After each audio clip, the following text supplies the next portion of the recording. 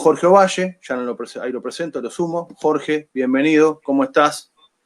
Hola, ¿qué tal, Nico? Muy bien, acá estamos. Jorge Ovalle, que es chileno de nacimiento, pero que vive en Venezuela. ¿Cuánto hace que estás en Venezuela viviendo, Jorge? Ya. Yo soy una verdadera simbiosis venezolano-chileno o chileno-venezolano. Yo llegué la primera vez a Venezuela cuando tenía 4 años, pero Sí. después hice por viajes de familia y todo aquello. Debo haber hecho unos 8 viajes entre Chile y Venezuela, en donde estaba 2 años en Chile, 3, 2 acá, después iba, 2 allá. O sea, viví la mitad, no, ahora ya vivo más de la mitad de mi vida en Venezuela, porque me vine en el 73 y ya definitivamente me residencié en este maravilloso, hermoso, cariñoso y cálido país. Bien. O sea que viviste todo el proceso bolivariano de adentro. Absolutamente, No llegaste. absolutamente. O sea, Ok, bueno. el ¿Y primer cómo? encuentro con Chávez, para mí, que Sí, era una persona desconocida, sí. fue aquel 4 de febrero, Ajá. que incluso con mi pareja de entonces, hoy excelente amiga Rosy Baró, quedamos Sí, sorprendidos, ¿no? Y quedamos preocupados porque era para nosotros un claro. milico que se levantaba, entonces serias sospechas.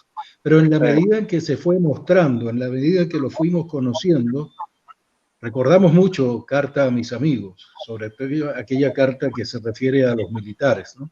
sí. Y fuimos entendiendo por dónde iba y jamás dejamos de votar por Chávez en todas las 20 elecciones, o sea, por el bolivarianismo, por el chavismo, porque Chávez desde el 2013 no está, Sí. por ellos en todos estos años, ¿no?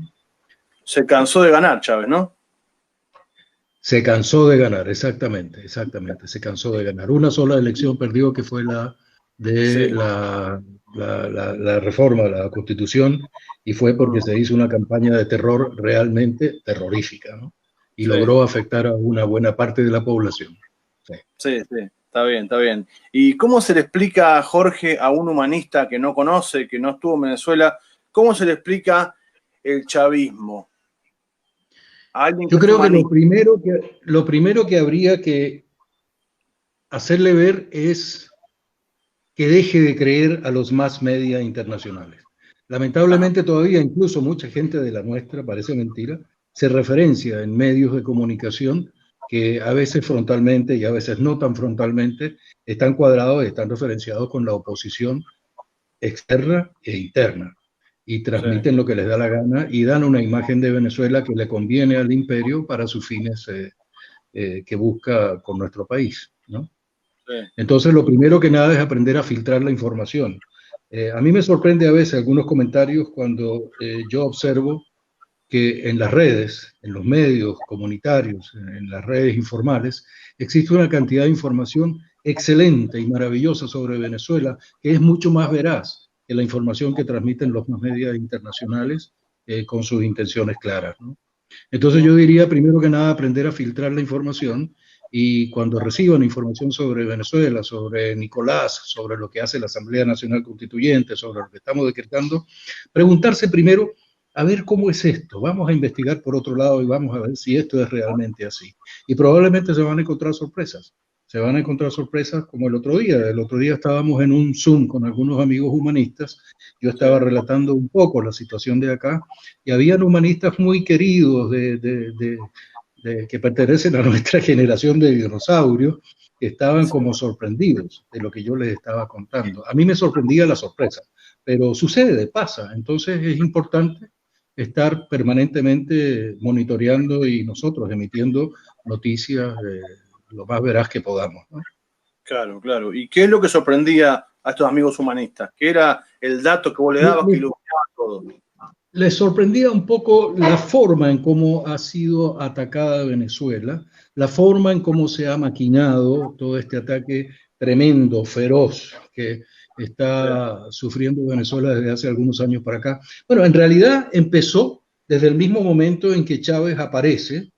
Después que sale de la cárcel, Chávez pagó 2 años de cárcel por el intento de rebelión que tuvo aquel 4 de febrero. Y sí, cuando salió, Chávez hizo una declaración muy interesante. Chávez declaró en ese momento que él entendía que la vía no era la vía de la violencia y las armas, y que por lo tanto se nominaba como candidato formal para acceder a la presidencia de la República y llevar adelante el proceso bolivariano que él planteaba. Entonces, desde ese momento empezaron a darse en Venezuela una cantidad de cosas que mucha gente afuera no las conoce, no las sabe. Pero en ese momento empezó el ataque. Desde ese momento, Estados Unidos, por suponte, la mesa de Venezuela en la CIA, podía tener, por decirte una cifra, 100 personas. En ese momento pasó a tener más de 1000, por decirte una cifra. Sobre Venezuela, porque se daban cuenta de lo que venía, el lenguaje de Chávez, su géstica, su postura, su tono mental, su tono emocional, que era lo que más les preocupaba, porque era un tono emocional que estaba conectando con el pueblo, estaba obteniendo una respuesta inmediata que era producto de una conexión emocional, pero impresionante. El pueblo reconocía en Chávez, cuando lo escuchó hablar, la persona que le estaba hablando con la verdad de lo que sucede en Venezuela y por qué ellos sufrían lo que sufrían. Estamos hablando de una época de una democracia formal, en donde la gente de los cerros acá son las favelas, en muchos casos alimentaban a sus niños con perrarina, con alimentos de perros. En Argentina se llama Villa Miseria. ¿Cómo se llama en Argentina? Villas Miseria. Villas Miseria, exacto. Sí. Y las poblaciones en Chile. Entonces, sí, la gente empezó a conectarse y la verdad es que se produjo una cosa impresionante a nivel nacional. Tan es así que mucha gente, incluso de clase media, votó por Chávez, porque estaban hastiados de una cantidad de cosas que sucedían que no se podían explicar en un país que en ese momento no tenía sanciones.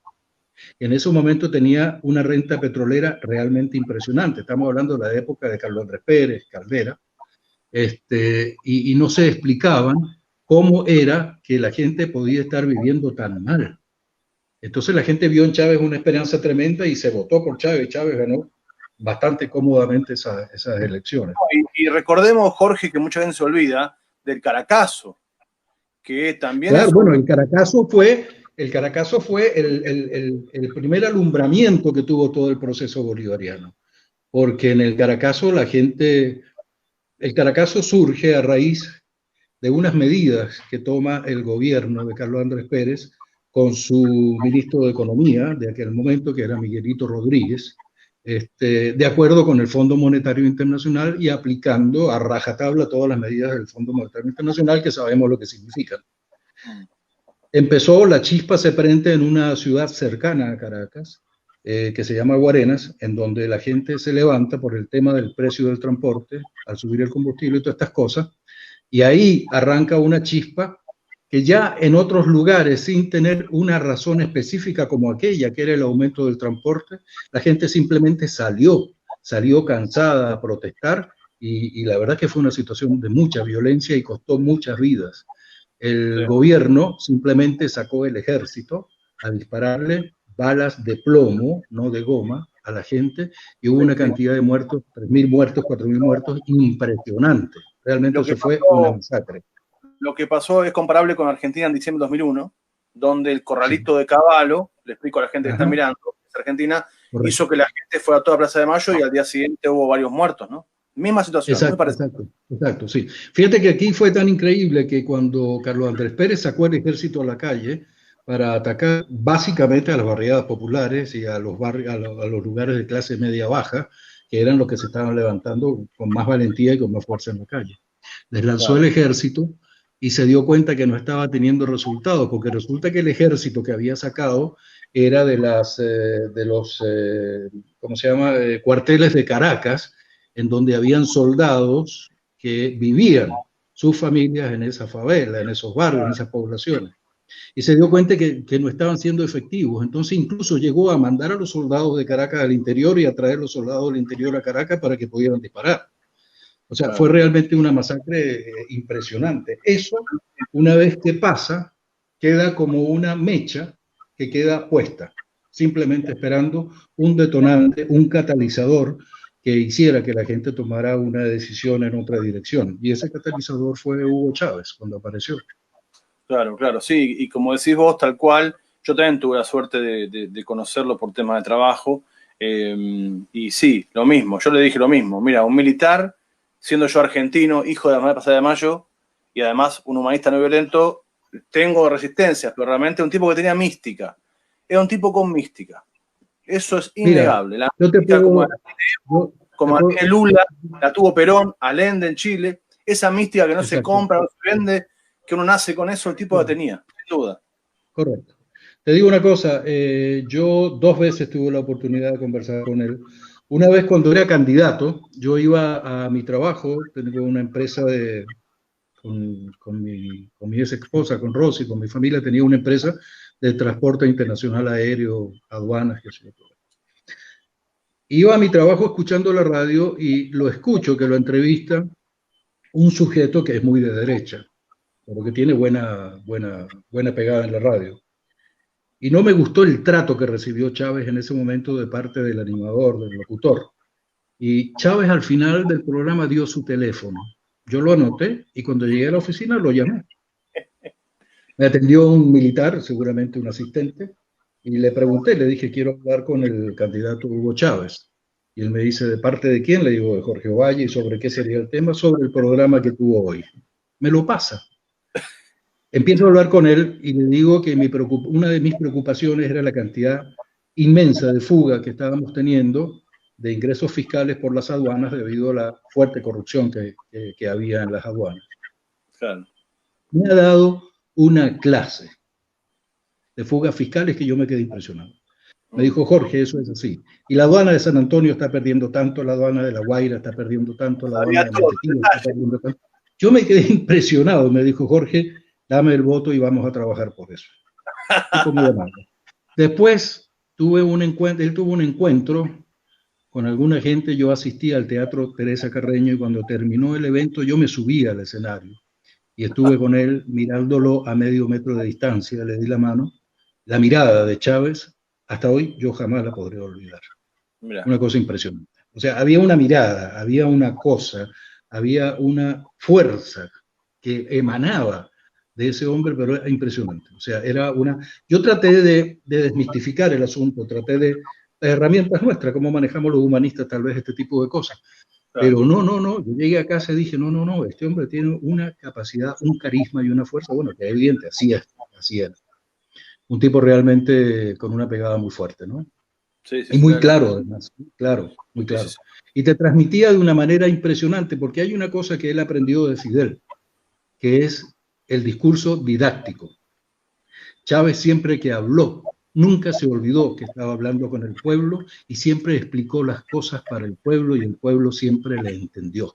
Ahí sembró conciencia Chávez, y la sembró profundamente. Te puedo decir que hoy, en la situación que está viviendo Venezuela, que es de una crisis pero galopante, fuerte, lo que estamos viviendo no es joda, lo que estamos viviendo es muy duro, pasan todavía ciertas cosas a nivel burocrático que a uno a veces le indignan, todavía arrastramos vicios de la Cuarta República, de la democracia representativa, que tienen que ver con corrupción, tienen que ver con una cantidad de cosas que todavía nos indignan y que entendemos que es muy difícil limpiar eso si no lo logró ningún gobierno anterior y ni siquiera Chávez. Pero independientemente de eso, la gente está clara en que si nosotros perdemos esto, el costo en vidas humanas, en principios, Chile se va a quedar como un bebé de pecho si la derecha o la ultraderecha o Estados Unidos llega a tomar posesión de Venezuela. La gente está clara en eso. La gente está clara que todos los logros sociales, que no han sido pocos, en cuanto a vivienda, en cuanto a salud, en cuanto a educación, se darán por perdidos inmediatamente. Entonces, la base social, a pesar de que está sufriendo una presión tremenda, a pesar de que estamos pasando hambre en muchos sectores, a pesar de que tenemos un problema tremendo para conseguir el alimento diario, para lograrlo, la gente va a votar por el proceso bolivariano en las próximas elecciones de la Asamblea. De eso no te quepa la menor duda. Y ese es el gran temor que tiene Estados Unidos. Por eso se está tratando de evitar que lleguemos a ese momento de las elecciones, ¿no? Entonces, aparte de eso, Venezuela, aparte de tener gente que logró un gran nivel de conciencia en la base popular, aparte de eso, Chávez hizo un trabajo impresionante en las Fuerzas Armadas. O sea, humanizar de alguna manera, si podemos decirlo así, a la Fuerza Armada fue una labor titánica.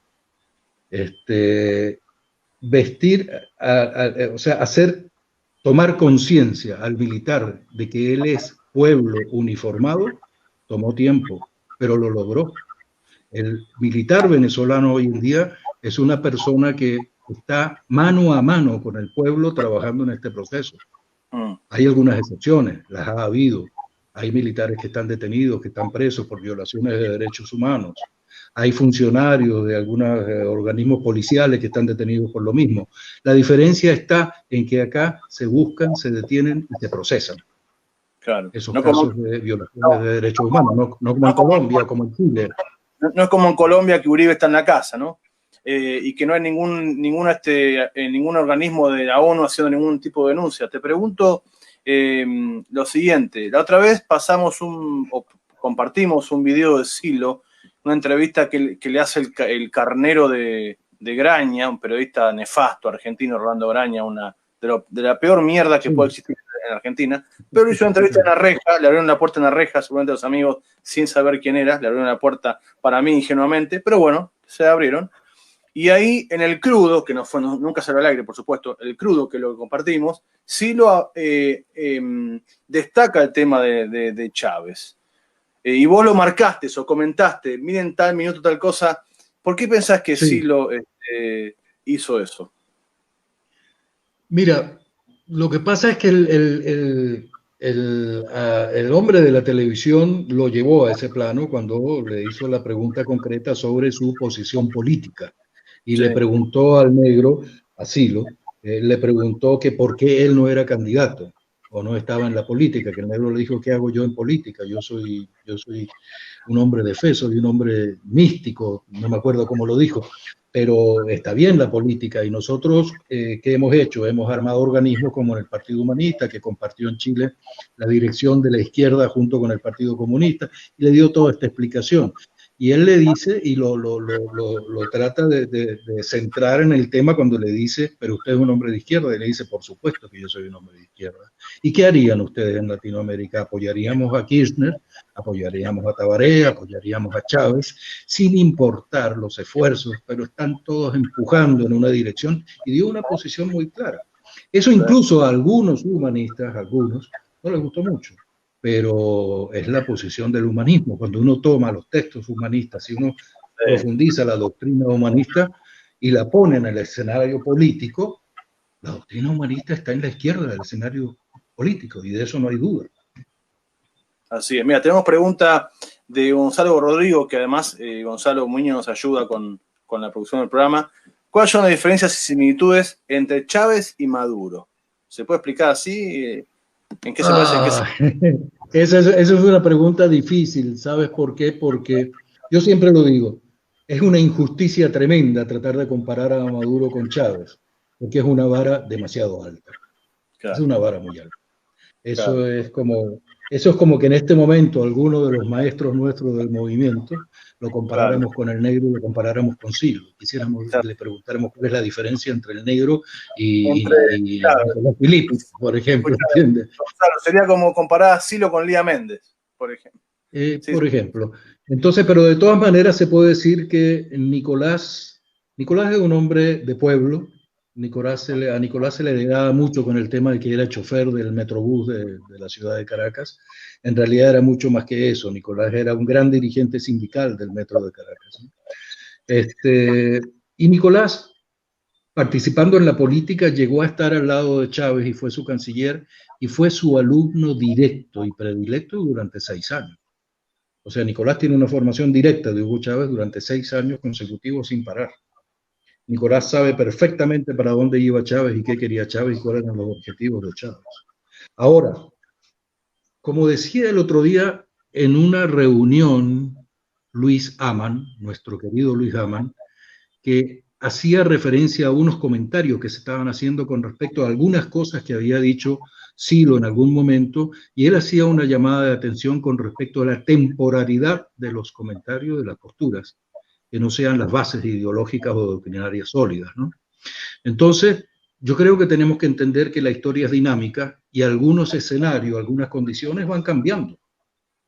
Y en ese transcurrir, si tú estás liderando un proceso, también tienes que empezar a ejercer algunos cambios estratégicos, porque si no te hundes y te vas con el proceso al carajo, ¿no? Entonces, algunas medidas de Nicolás se han criticado incluso desde la izquierda más radical interna, pero no es difícil entender a Nicolás si uno se pone en el contexto histórico que estamos viviendo y en el momento de proceso que está viviendo el proceso venezolano, ¿no? Sí. Es evidente que en este momento Nicolás está tratando de fortalecer la gobernabilidad frente a un ataque externo que tiene mucha fuerza y con una complicidad interna de una ultraderecha interna que hace su trabajo y que le ha costado muchísimo. Nos han cerrado las puertas. Durante estos últimos 5 años, Venezuela ha estado perdiendo aproximadamente 30.000 millones de dólares anuales durante 5 años seguidos, sin contar la pérdida de Citgo, la procesadora de petróleo que teníamos en Estados Unidos, valorada entre 8.000 y 10.000 millones de dólares, sin contar el robo del oro por parte del gobierno de Inglaterra, que en este momento, felizmente, aparentemente un tribunal está reconsiderando aquella sentencia terrible, sin contar monómeros en Colombia, que también ha sido robada, porque esa es la palabra. 30.000 millones de dólares al año. Yo quiero saber qué país aguanta eso. ¿Qué país aguanta eso sin que su población se levante? Porque en definitiva toda esta presión económica, el ataque contra PDVSA que ha sido pero despiadado. ¿Por qué? Porque Chávez dijo el petróleo es del pueblo, pero no lo dijo, lo cumplió. Van 3.200.000 viviendas construidas, viviendas dignas, bien hechas, para la población de menores recursos. ¿Con qué construyes 3.200.000 viviendas y se las das a la gente? Gratis. Los ingresos petroleros, el petróleo es del pueblo. ¿Qué es lo que se ataca, pero con una ferocidad tremenda? PDVSA, la empresa de petróleo de Venezuela. Porque al atacar a PDVSA, estás intentando cortar toda la ayuda social que el gobierno puede tener, tratando de lograr el levantamiento de la gente y tratando de crear una situación de violencia interna que justifique una intervención externa. Porque además, justamente, la obsesión de Estados Unidos es el petróleo. Y si en Venezuela crecieran bananas y manzanas, no importaría Chávez. El tema acá no es Chávez, es el petróleo. Claro. Entonces, pero fíjate que el petróleo... Sí. Es el problema. El petróleo es un aspecto muy importante. Es muy importante para Estados Unidos el petróleo. Suponte, si Estados Unidos quiere entrar en guerra con China o con Rusia, difícilmente lo puede hacer sin el petróleo venezolano. El petróleo de Medio Oriente le queda a 3-4 semanas de navegación.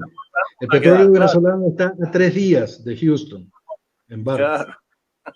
Ese es uno de los motivos, pero no es el principal motivo del asedio contra Venezuela. El principal motivo del asedio con Venezuela es liquidar la propuesta bolivariana. Liquidar lo que para ellos es el cáncer bolivariano que se irradia entre la gente de la región que ve a Venezuela como un faro de dignidad resistiendo y resistiendo con fuerza y con mucha dignidad los embates imperialistas. Y preguntándose cómo lo hacen, cómo es que pueden resistir, cómo es que no han caído, cómo es que en Venezuela no se ha desatado una guerra civil. Esto último es interesante porque yo no sé qué imagen se puede tener afuera del venezolano, pero te puedo decir que el venezolano es un ser absolutamente no violento en su interioridad más profunda. Puede llegar a un escarceo, suponte entre personas, una situación cotidiana, pueden llegar a un escarceo, una cosa, pero hasta ahí.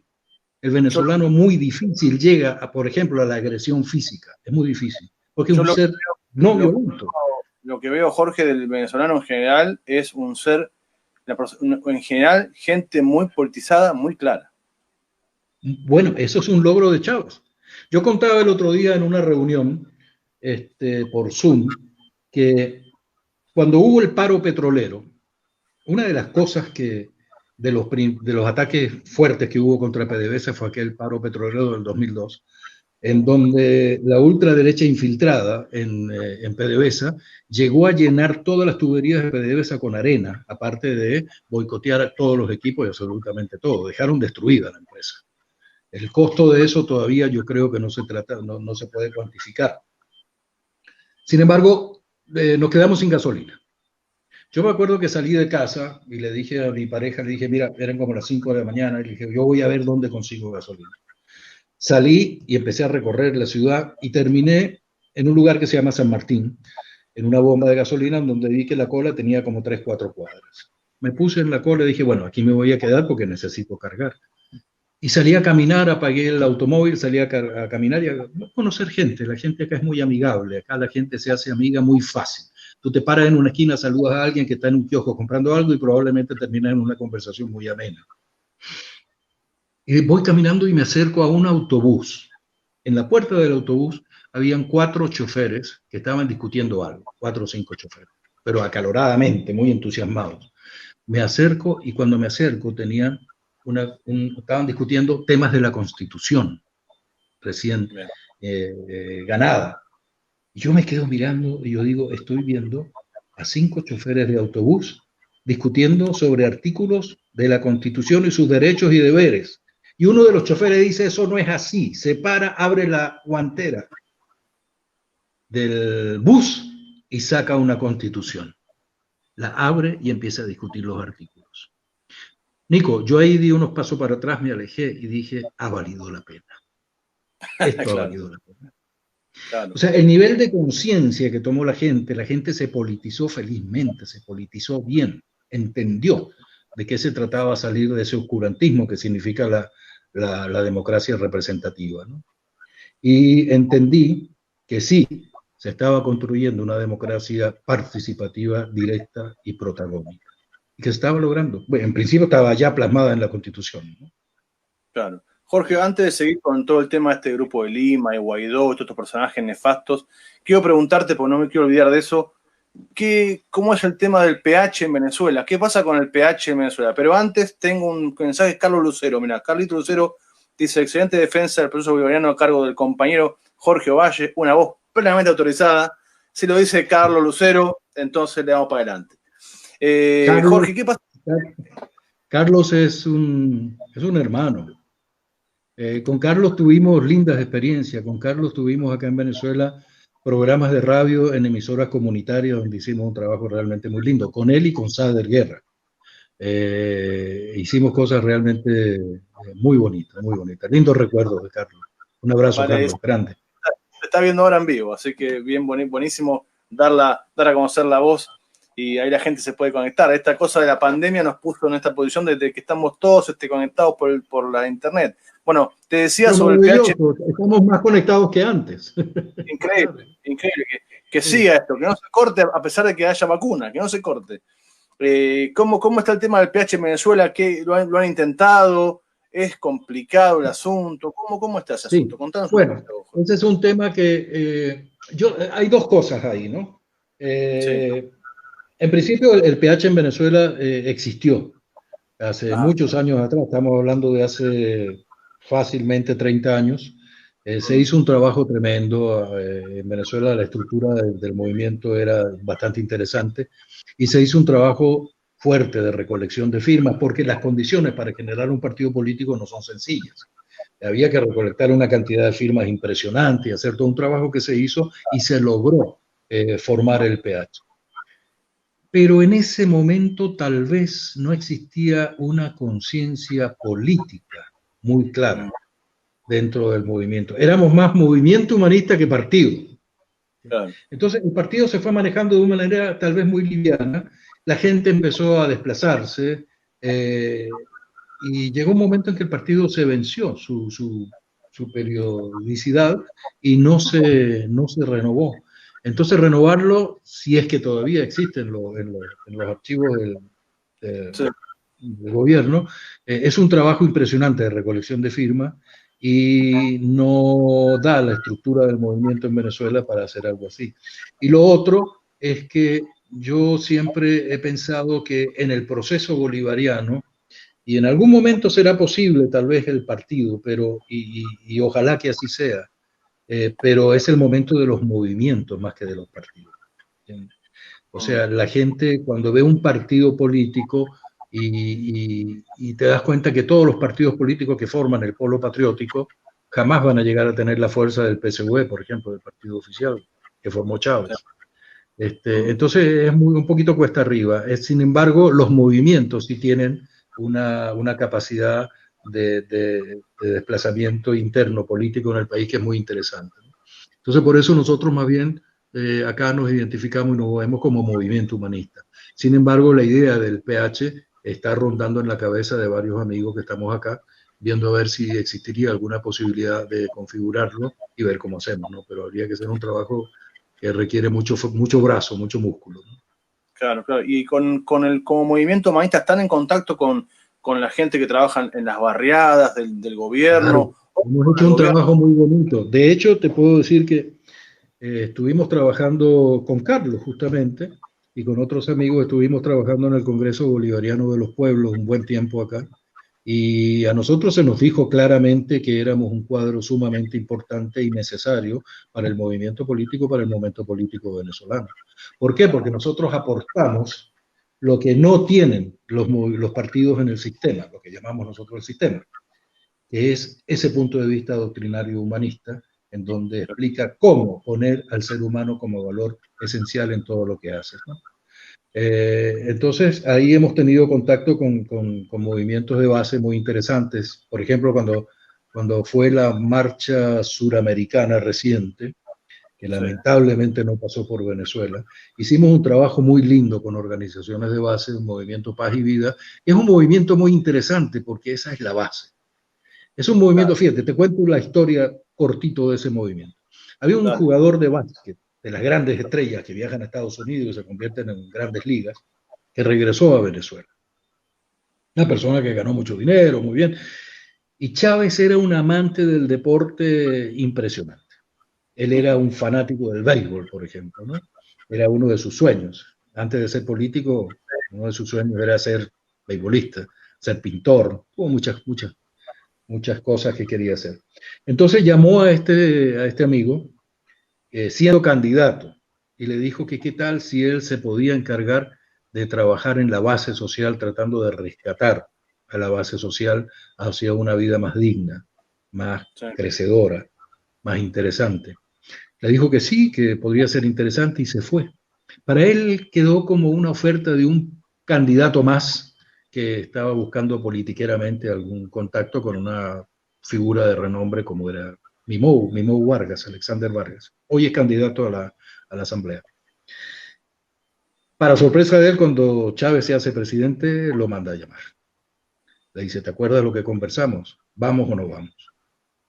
Y le encargó la formación de un movimiento, le dio todos los recursos, todos los aportes para formar un movimiento que se llamó Movimiento Paz y Vida, en donde su función era ir a la favela, ir a la población, a rescatar la mayor cantidad de gente que pudiera de la delincuencia, de la droga, del malvivir, etc. Y se hizo un trabajo allí maravilloso. Con esa gente nosotros estábamos trabajando la marcha suramericana. Nos prestaron un apoyo hermoso porque las construcciones que ellos tienen son fabulosas. Ellos tienen unas edificaciones que son todas iguales en el país, son mellizas. Tienen un primer piso que tiene lo primero que tienen es una biblioteca, salas de formación, de estudio, qué sé yo, estudio de radio y televisión. En el otro piso tienen gimnasios. Es una cosa realmente maravillosa. Y ahí va la gente de barrio, a leer, a estudiar, a hacer gimnasia, a estudiar, qué sé yo.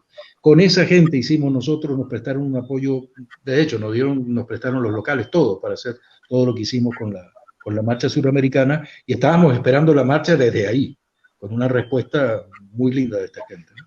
Hemos hecho trabajo con gente de base muy interesante y es lo que hay que hacer. Déjame contarte en mi caso, yo me relacioné por tema de trabajo con la gente de Telesur y claro, era toda gente que venía de Cuba, venía del palo más de izquierda tradicional y yo era como el bicho raro, el que tenía otra dialéctica y me encargué a cada uno de hacer llegar el libro Cartas de mis amigos, la mirada interna y todos lo recibían con mucho cariño y lo leían y lo intercambiábamos. Y ellos me contaban de Fidel, que lo ven casi con una mirada muy mística de Fidel, ¿no? Tiene una mirada casi como de una persona, de un superhombre, ¿no? Y era muy simpático todo ese intercambio que espero que alguna vez se dé más, porque sé que estuvo Javier Tocaché, estuvo por Cuba. Realmente creo que hace falta un acercamiento más de ahí porque puede hacer cosas muy interesantes y muchos puntos más en común que lo que uno cree con la izquierda, digamos, tradicional de lo que tiene que ver con la mirada marxista o cubana o, si querés, chavista. Hay muchos puntos de contacto ahí, ¿eh? Quiero preguntarte, Jorge, para que no se nos vayan los temas, sobre el tema de la pandemia, ¿cómo lo has manejado en Venezuela? Porque de eso no se habla, ¿no? De los pocos que ha cundido ahí la pandemia, ¿cómo han manejado el tema de eso a nivel país? El control del virus, la pandemia, la posible vacuna, ¿cómo está todo ese tema por ahí? ¿Se quedó pegado, Jorge? Bueno, vamos a hacer una cosa, vamos a sacarlo y que entre de nuevo. Nada, yo cuento esa experiencia personal que me ha pasado por tema de trabajo, no de militancia, de estar cerca de amigos de Venezuela y también de Cuba trabajando, y realmente la aceptación que tienen del humanismo y la mirada no violenta y todo eso es una cosa que sorprendería. Yo creo que si tienen la posibilidad o tienen algún contacto por ahí, métanse, sáquense los prejuicios, porque a veces nos cuesta. A mí me costó un montón porque era todo más de izquierda, más así como, ¿no? Pro la Revolución Cubana, pro Chávez, que era un milico, ¿no? Me saqué ese prejuicio y la verdad que realmente fue maravilloso encontrar gente con mística y gente que está de acuerdo en todos nuestros planteos. Así que, y lo reconoce eso. Ahí está de vuelta Jorge. Jorge, ¿estamos ahí bien? Perfecto. Te preguntaba bien. Es que somos tercos. Sí, somos tercos, no, por supuesto. En la banda ancha no va a impedir que no hablemos. Jorge, te preguntaba el tema de la pandemia, ¿cómo fue manejada en Venezuela? Porque no fue noticia eso, pero no estuvo tan mal, ¿no? Ahí la cosa, ¿qué no puedes contar? Ese es otro tema que tiene que ver con lo que sueltan los medios de comunicación transnacionales. Venezuela es tal vez el país que ha manejado mejor en el mundo el tema de la pandemia. Sí. ¿Qué pasa? Que Nicolás tomó las medidas antes, incluso que se diera el primer caso confirmado de COVID-19 en Venezuela. Fue criticado en el momento, qué locura, cómo se le ocurre, y sin embargo hoy, el otro día fui a una farmacia de acá cerca, donde las dueñas de la farmacia son gente absolutamente opositora al proceso bolivariano. Escucharlas decirme que sería muy injusto y muy ingrato no reconocerle a ese carajo de Nicolás que ha manejado bien este tema de la pandemia y que gracias a él podemos todavía salir a la calle en paz, tranquilos, con las medidas de seguridad necesarias. Venezuela tiene 80.000 casos y realmente el nivel de recuperación pasa del 80%, y el nivel de estructuras que se montó para prevenir cualquier incremento abrupto de esto ha sido impresionante. El Poliedro de Caracas, que es una estructura maravillosa, alberga aproximadamente 13.000 personas en cualquier espectáculo. Fue convertido en un hospital inmediatamente. Los cuarteles, acuerdos con las clínicas privadas, toda la activación, la reactivación de los hospitales, la mejora de los... esperando que esto se disparara. Felizmente no se ha disparado y ahora contamos con unas estructuras impresionantes en caso de cualquier cosa que pase, ¿no? El Poliedro, quiero contarle a la gente de Argentina, es parecido a lo que sería la Facultad de Economía, de Sociales, todas esas zonas así, que son edificios tremendos, muy similar y quizás sea más grande. El de Caracas fue puesto como hospital, decís vos. La grande de Venezuela, sí. Sí, es así, las medidas que se han tomado así, pero lo más interesante es que lo que estábamos hablando hace rato, el grado de conciencia en todos los terrenos que ha desarrollado el pueblo venezolano, es que Nicolás hizo esto de absolutamente manera voluntaria.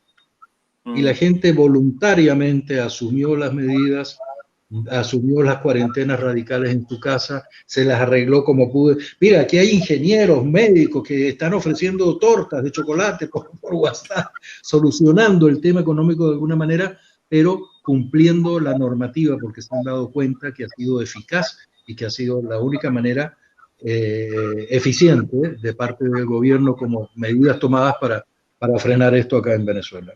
Vamos muy bien con ese tema. Bien, buenísimo, buenísimo. Y bueno, vamos viendo el tema, porque siempre ha habido estos personajes como Capriles, Radonsky en su momento, pero nadie llegó tan lejos como Guaidó a proclamarse presidente en el Congreso. Y es el menos preparado. Claro. Es el menos preparado.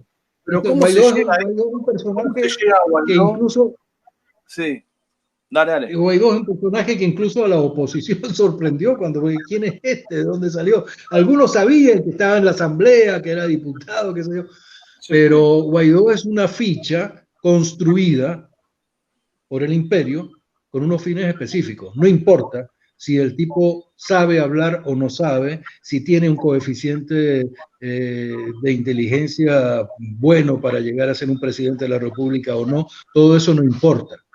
Lo que sí, le importa es cuento, que es la ficha necesaria para claro, justificar el robo de Citgo, el robo del oro venezolano en Inglaterra, el robo de monómeros en Colombia y claro. justificar todo lo que se ha hecho como robo descarado. ¿Tú sabes cuántos barcos se han secuestrado por parte de Estados Unidos con medicinas, con insumos para la industria petrolera, con gasolina, viniendo de No, Venezuela? Un acto de piratería asqueroso en los mares del Caribe. 52 no, barcos una locura. que han sido Una locura. robados y llevados a Estados Unidos y después vendidos de productos pagados por el Estado venezolano. No, indignación total. Pero no solamente es Guaidó, no solamente es Guaidó, hay otros personajes tan siniestros como Guaidó que circulan por el mundo pidiendo sanciones de invasión, directamente pidiendo invasiones militares a Venezuela, ¿no? Pero Guaidó cumple ese papel. Lo que pasa es que el nivel de corrupción que se desató alrededor de Guaidó ha sido ya tan descarado que yo creo que Estados Unidos no sabe cómo lavarse la cara con el tema. Y poco a poco ha ido como deslastrándose de él, pero todavía no lo puede hacer porque todavía tiene movidas que hacer y es la ficha que ellos necesitan para lo que están haciendo, que es un Bueno, asalto a yo todos te los iba a bienes preguntar, venezolanos. porque apoyados por la OEA de Luis Almagro, nefasto personaje, apoyados por este invento Grupo de Lima, rarísimo también, se lograron El meter en cartel de Bolivia. Lima, perdón, el cartel de Lima. Tenés razón, el cártel de Lima, es verdad. Grupo de Lima es abonarlos, cartel de Lima. Se han logrado meter en Bolivia, han apoyado, bueno, con Macri en Jujuy, norte argentino, apoyaron la dictadura boliviana. ¿Qué puede pasar en Venezuela? ¿Qué es lo que se comenta ahí en la calle? ¿Qué siente la gente? ¿Van por una ofensiva más o están esperando a ver qué pasa con la elección, con Trump, con Biden? Que es la misma cosa, no cambia nada, ya sabemos. Pero, ¿qué pasa con En Venezuela han habido distintos momentos, ¿no? Han habido momentos de honda preocupación, de algún temor, tal vez por una invasión militar. Han habido intentos, han habido cosas que se han hecho que han mostrado que en la cabeza de ellos sí está realmente la opción de una invasión militar cruenta y sangrienta. Y está claro que no lo harían directamente. Estados Unidos no se quema con una invasión a Venezuela. Aparte de que los mismos generales del Pentágono creo que se han acercado a Trump y le han dicho no lo haga porque las garantías de ganar no están seguras. Claro, Ellos saben perfectamente lo que tenemos acá como Fuerzas Armadas, y no solo como Fuerzas Armadas, sino como milicias, las milicias bolivarianas que hoy forman parte de las Fuerzas Armadas. Estamos hablando que hay más de 5 millones de personas en armas, preparados para la defensa del país, porque Venezuela es un país que jamás en su historia ha salido a invadir o a agredir a ningún otro país, a no ser que ha salido en la época de Simón Bolívar a liberar naciones del yugo español y del imperio español.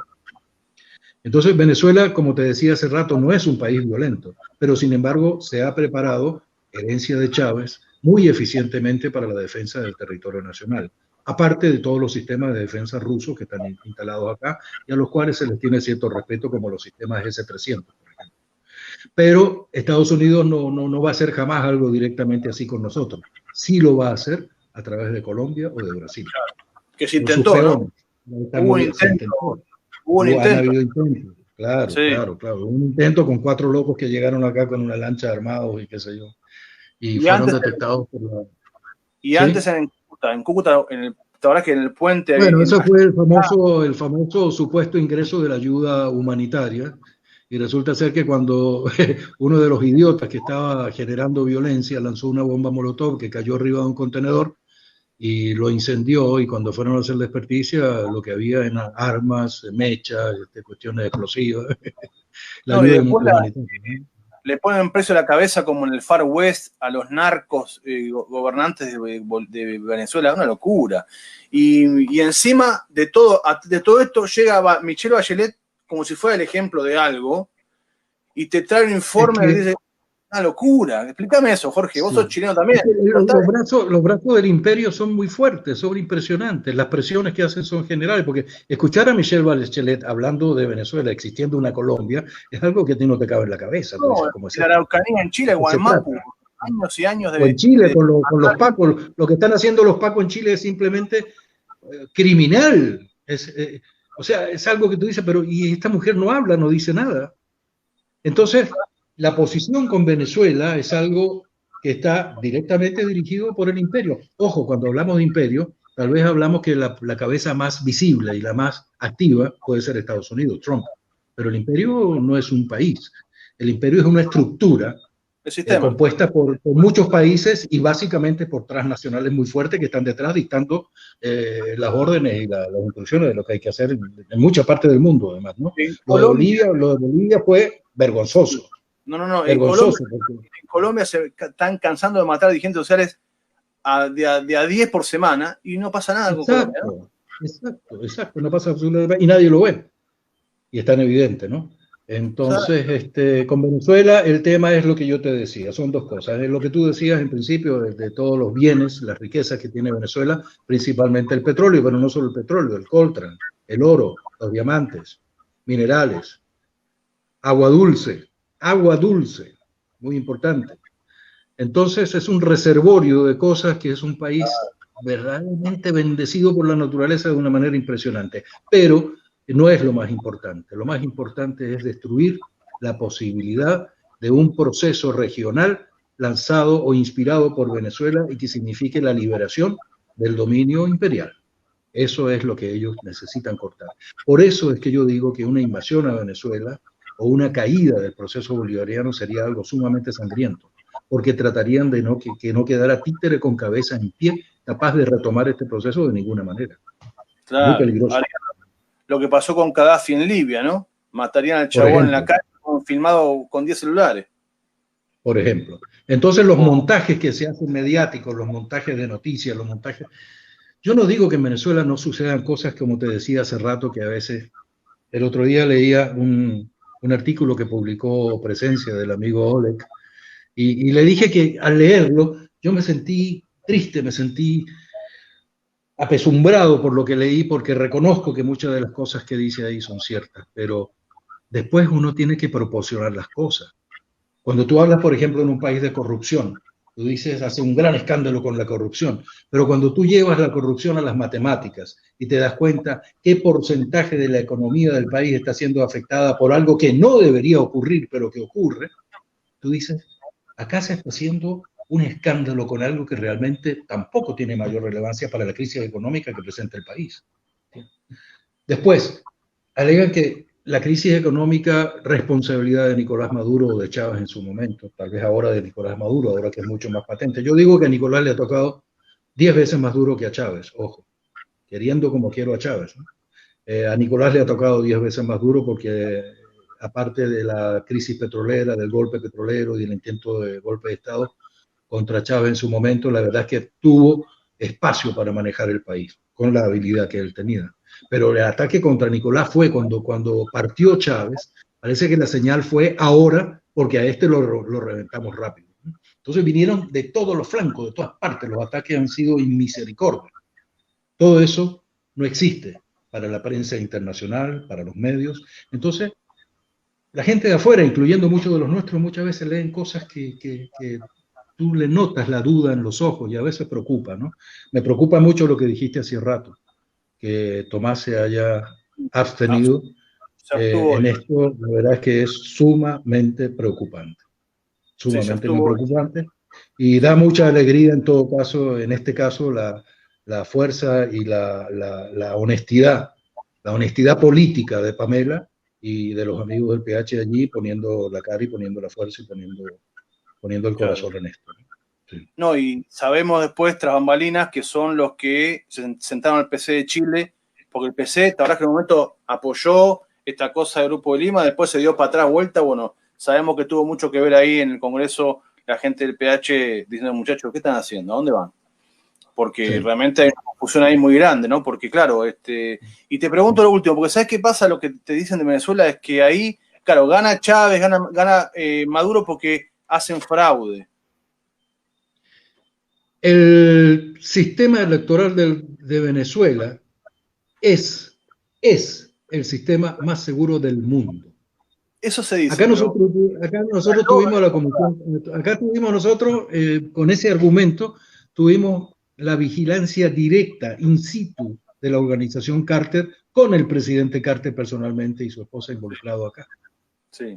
La decisión final del presidente Carter, su diagnóstico final fue que es el mejor sistema y el más seguro del mundo. Es imposible hacerle fraude. Yo te digo una cosa, yo tengo una amiga que el hijo es uno de estos cerebritos de computación impresionante. Trabajaba para una de las empresas que armó todo el sistema. Él es muy de oposición, pero en la intimidad reconoce que es un sistema absolutamente inviolable. Porque es electrónico pero y eso se reconoce en la intimidad. Pero pará, hay que decirlo porque muchos no saben. Se vota electrónicamente y manual. Es doble. No. Se vota electrónicamente, pero queda la firma, queda la huella, quedan una cantidad de cosas como registros manuales, actas, que después se corroboran. Pero el voto es totalmente electrónico. Es el primer sistema en el mundo que tú votas electrónicamente y además el sistema te emite una papeleta con tu voto. Que lo depositas en la casa. Después además que lo han auditado. En la última elección, Nicolás ofreció la auditoría del 100% si querían. ¿En qué país del mundo? Ningún gobierno lo ha permitido eso nunca. Estamos abiertos a la auditoría que quieran, la cantidad de auditorías que quieran, porque estamos muy seguros de lo que tenemos como sistema electoral. Claro. Sí, además también hay gobernadores de Venezuela que son de la oposición. Que ganan. Pero es que han ganado. Han ganado, lo que yo digo, han ganado elecciones, la última Asamblea Nacional. La última Asamblea Nacional que la ganaron con este sistema electoral, la ganaron para pararse en el podio al día siguiente y amanecer al gobierno diciéndole que en 6 meses estaba expulsado Nicolás Maduro del gobierno. La Asamblea Nacional. O sea, en Chile ganan en el Congreso y al día siguiente en el Congreso chileno se para un diputado, el presidente del Congreso, a decir que el presidente sale en 6 meses porque sí y se acabó. ¿Qué pasa en Chile si pasa algo así? No. Y lo piensa por terminar. Marquinhos Rodríguez pregunta, ¿a qué se debe el apoyo a Maduro? ¿Es por estar en el poder, a pesar del tema económico? ¿Es el apoyo del pueblo o tiene el apoyo de los militares? ¿Por qué no fue todavía? Ambos. Porque como yo te explicaba antes, Chávez hizo a los militares recuperar su condición de pueblo. El militar venezolano antes de eso era un militar que despreciaba al pueblo. Se jactaba de su actitud de militar, como pasa en la mayoría de los países nuestros. Y sin embargo, Chávez viene haciendo ese trabajo desde la escuela militar.